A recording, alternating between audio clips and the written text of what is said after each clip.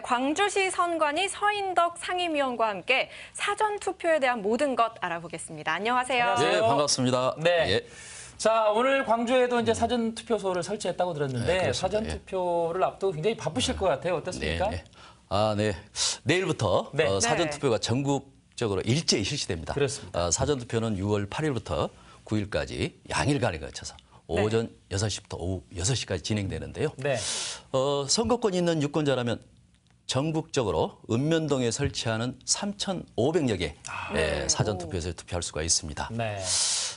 강주는 95개소고 전남은 297개를 설치했습니다. 아유. 내일 원만하게 또 투표가 진행될 수 있도록 이미 결정된 사전투표소의 설비를 완료했고요. 네. 네. 특히 또 거동불편 선거인이 있으시잖아요. 그렇죠. 네. 이분들을 위해서 거점 사전투표소를 운영을 하고 또 임시 기표소 또 임시 경사로 등 이런 설치하는 등 장애인 투표 편의를 위해서 충분히 저희들이 대책을 마련했습니다. 그래서 안심하고 오셔서 투표해도 될 것 같고요. 네. 또 이제 6월 13일 또 투표를 못 하신 분들이 사전 투표를 할 수 있도록 그렇습니다. 예. 또 이렇게 투표 안내문을 비롯해서 중앙선관위 홈페이지 또 주요 인터넷 포털 사이트 또 신문, 방송, 광고를 통해서 사전 투표를 안내를 하고 있고요. 예. 자, 저희 선관위에서는 유권자의 소중한 투표권이 잘 행사될 수 있도록 사전 투표 준비, 관리에 철저히 기하고 있다는 것을 말씀드립니다. 예. 네, 그리고 내일부터 사전투표가 시작이 되는 건데요.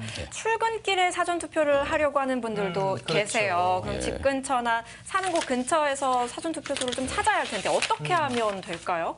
네, 아주 이 사전투표 참는 것은 간단합니다. 네. 그렇습니까? 중앙선관위 홈페이지를 방문하거나 네. 또는 스마트 휴대폰에 선거정보 앱을 다운받아서 하시면 됩니다. 아. 제가 화면을 캡처해서 왔는데요. 예, 네. 예. 여기 보면은 사전투표 찾기가 있죠. 그러네요. 이 클릭하면 예. 네. 자 검색하고자 하는 읍면동을 입력하시면 나와있어요. 아. 예, 그러면은 치평동이다 그러면 치평동 네. 검색하면 사전투표소가 나옵니다. 그렇군요. 예.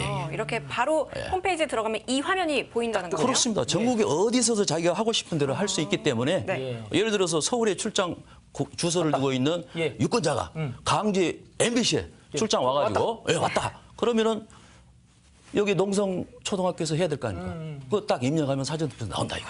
투표할 수 있습니다. 그렇군요. 예. 또 전국 어디서라도 근처 투표소에서 사전투표를 할 수 있다는 건데 예. 그런데 절대 잊어서는 안 되는 게 있죠. 그렇습니다. 전쟁 나갈 때 총 그거 필수죠. 빠지면 안 되죠. 그게 바로 신분증인데요. 예. 네. 그냥 신분증이 아니고 주민등록증, 네. 또 운전면허증, 여권, 또 학생증 이런 네. 것처럼 관공서 또는 공공기관이 발행하는 사진도 첨부되고 네. 또 생년월일이 기재된 그런 신분증이 필요합니다. 예를 들어서 일반 사원증은 안 되죠. 그렇죠. 또 이게 그 주민등록증을 안 가져오고 네. 사진 찍어. 휴대폰으로 찍어갖고 이미지 파일로 가져오면 안 됩니다. 이거. 아, 그건 안 되는 예, 거예요. 예. 네. 직접 가지고 가야 하나요? 그럼요. 예. 네. 본인 여부를 확인해야 되기 때문에. 그렇습니다. 예. 자, 일단 신분증 꼭 챙기시라는 말씀해드리고 또 무엇보다 중요한 게 후보들이 내세우는 정책이나 공약을 꼼꼼히 살펴보는 것도 굉장히 중요할 텐데 지난번에 나오셨을 때 우리 동네 공약 지도를 설명을 해주셨잖아요. 그렇습니다.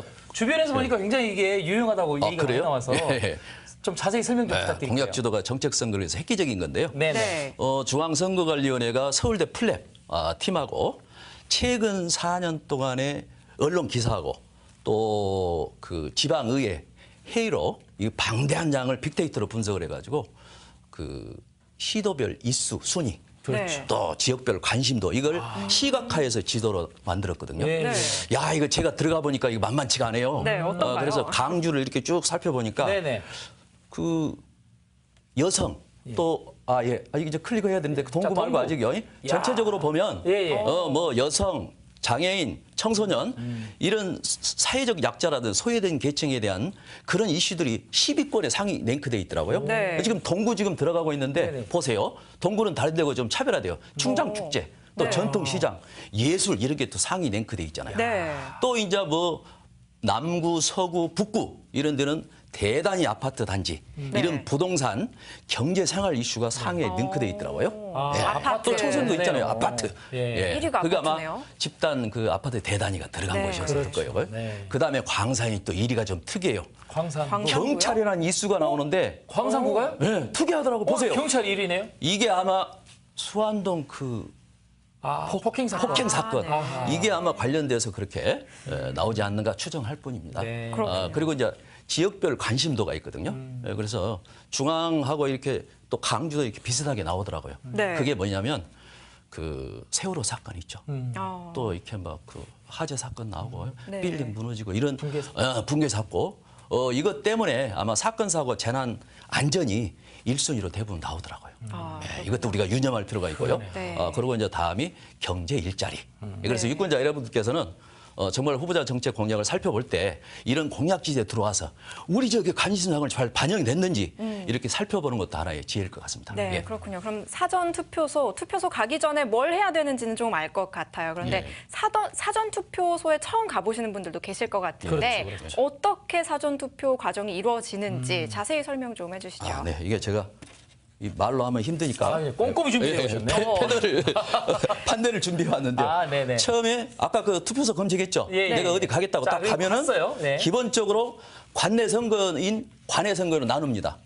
나눠서 절차가 이루어지거든요. 네. 그래서 제일 먼저 관내를 어떻게 나누냐 하면은 해당 자치단체 구시군 의원 지역구 선거구 내의 주소들 유권자는 관내, 네. 예, 그 밖은 관내. 네. 예를 들어서 강주 북구 바선거구는 건국동하고 양산동이거든요. 네. 그런데 건국동 양산동에 주소를 두고 있는 분이 건국동 양산도에서 사전 투표를 하게 되면 관내. 관내. 네. 예, 그게는 그냥 관내. 이렇게 치자고요. 아이, 간단하네요. 그래서 네.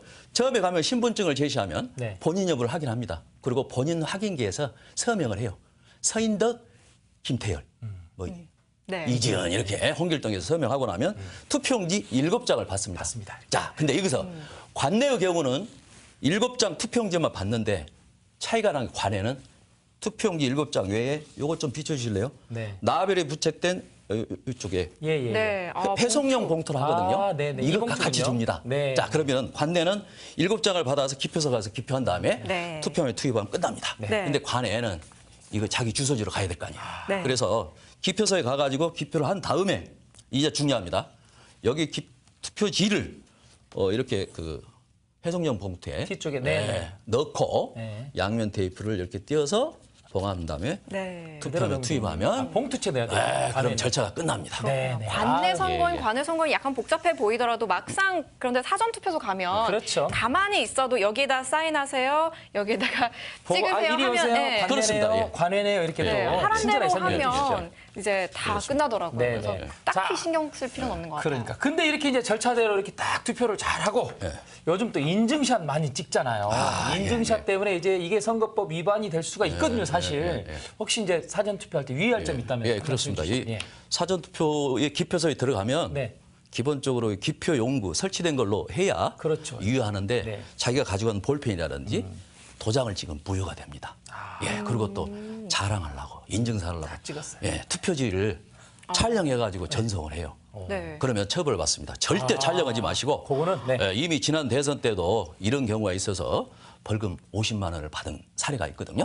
예, 어쨌든 이렇게 인증서 촬영을 하게 되면 네. 2년 이하의 징역 400만 원 벌금에 이렇게 처하게 됩니다. 아주 조심해야 돼요. 투표 인증한다고 네. 사진 네. 찍어서 올리면 절대 안 그렇습니다. 되겠네요. 예. 네. 그리고 이제 과거와 다르게 예. 옛날에는 이렇게 인증서 하면서 그렇죠. 뭐 엄지, 엄지. 예, 그다음에 V, V라든가, 예. 그다음에 뭐 이렇게 예. 기호를 연상하는 네. 이런 걸 표시를 했잖아요. 예. 그걸 못 했어요. 그거 하면 안 지금 돼요. 위반이었잖아요. 그러면 대선 때부터는 예. 그게 허용이 됐습니다. 아, 그래서 지난 이번에는 대선 하셔도 때부터? 돼요. 다만 허위 사실이라든지 비방 이런 것이 부과가 되면 네. 안 되는 그건 거죠. 위반입니다. 예, 그래서 저희들이 딱 그 사전투표 앞에다가 포토존을 설치했어요. 아. 거기 촬영이 되고 네. 또 굳이 그것도 어렵다 그러면 사전투표 표지판 있잖아요. 그렇죠. 밖에 거기서 우리- 촬영해서 얼마든지 선거는 축제다. 아하. 투표는 즐겁다. 투표하고 웃자 하면서 열심히 투표장에 가서 사진 촬영하고 보내면 됩니다. 기표소 내에서만 좀 촬영을 그렇죠. 잘하면 예, 돼요. 그것만 유의하면 됩니다. 찍으면 안 되네요. 예. 그러네요. 예, 그리고 예. 또 한 가지가요. 투표소 밖에 보면 투표를 하라고 독려하는 피켓을 든 분이 계세요. 그런 건 선거법 위반이 아닐지 좀 걱정이 되는데 네. 어떤가요? 그 사전 투표소하고 일반 투표소 100m 내에서는 네. 선거 운동을 할 수 없습니다. 그리고 투표 참여 건의 활동도 할 수 없어요. 네. 투표 질서 유지를 위해서. 그래서 어쨌든 100m 바뀌면 선거 운동도 가능하고 네. 투표 참여 건의 활동도 가능하죠. 그렇군요. 또 이제 선거일은 투표할 수가 없잖아요. 그렇죠. 아니 잘못했네. 투표할 수 없는 게 아니라 선거 운동을 할 수가 할 수 없어요. 없죠. 그렇죠. 그러나 투표를 해야 되고. 투표 참여 건의 활동을 할 수 있다 이거요. 아, 네. 이 점 유념했으면 좋겠습니다. 그러니까 이게 우리의 의도와는 상관없이 네. 위반될 수 있는 그런 요지가 충분히 있네요. 그렇습니다. 그런 사례도 좀 있을 것 같고. 그죠? 선거 투표소 100m 이내에서는 선거 운동을 하면 안 되고 또 동료 운동도 하면 안 된다고. 네. 그렇습니다. 이 점 네. 조심하시면 되겠습니다. 네. 자, 그러면 이제 저희가 이제 그 사전 투표할 때 주의할 점 알아봤는데 네. 어떻게 좀 많이들 좀 투표를 참여하는 게 중요한데 우리가 알려는 드렸는데 투표를 일단 또 해야 될 거 아닙니까? 당연하죠. 예, 어떻게 좀 많이 좀 할까요? 어떻게 보십니까? 사전 투표율이 지난 대선 때 전국적으로 26.1%였고 네. 강주는 33.7%. 대체적으로 높죠. 네. 앞으로도 높을 걸로 전망이 되고요. 또 이제 다만 일반 투표소 경우는 지금 외교 안보 국내 이슈들이 상당히 많이 나왔기 때문에 지방선거 겹칩니다. 그래서 조금은 분위기가 식어 있어요. 투표율이 걱정인데 그러나 이렇게 중앙선관위에서 유권자 의식 조사를 한 걸 보면은 예. 반드시 투표하겠다가 70.9%고 아이고. 이걸 6회 지방선거 대비를 해보니까 그때는 55.8%였거든요.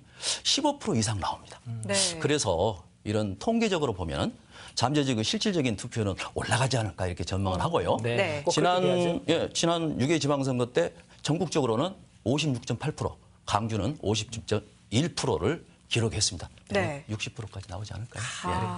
기대해 보겠습니다. 그리고 마지막으로 이제 예. 내일 사전 투표가 있는데 유권자들에게 한 말씀 해주세요. 네, 유권자 여러분 이번 지방선거는 지방자치 밑거름이 되고 네, 네. 또 미래 민주주의의 한 단계를 도약할 수 있는 정말 매우 중요한 선거입니다. 그래서 유권자 여러분의 적극적인 참여를 통해서 사회 갈등을 해소하고 공동체 의식을 회복을 해서 여야의 이번 지방선거가 동네 민주주의 실현할 수 있는 관건입니다. 네, 그렇습니다. 그래서 유권자 여러분들께서는 어느 인물, 어느 정책 공약이 나와 가족, 이웃 또 우리의 삶을 바꾸고 도움을 줄 수 있는지 잘 펴서 투표하는 것이 그 지름길입니다. 어쨌든 구슬이 서마려도 깨어야 보배라는 말이 있듯이 그렇습니다. 예. 한 분도 빠짐없이 투표에 참여하기를 당부드립니다. 네. 예. 자, 주민이 주인이 되는 가장 또 바로 밑에가 바로 투표가 아닌가 싶은데 내일과 모레 사전 투표 그리고 13일에 선거일에 꼭 투표하시기 바라겠습니다.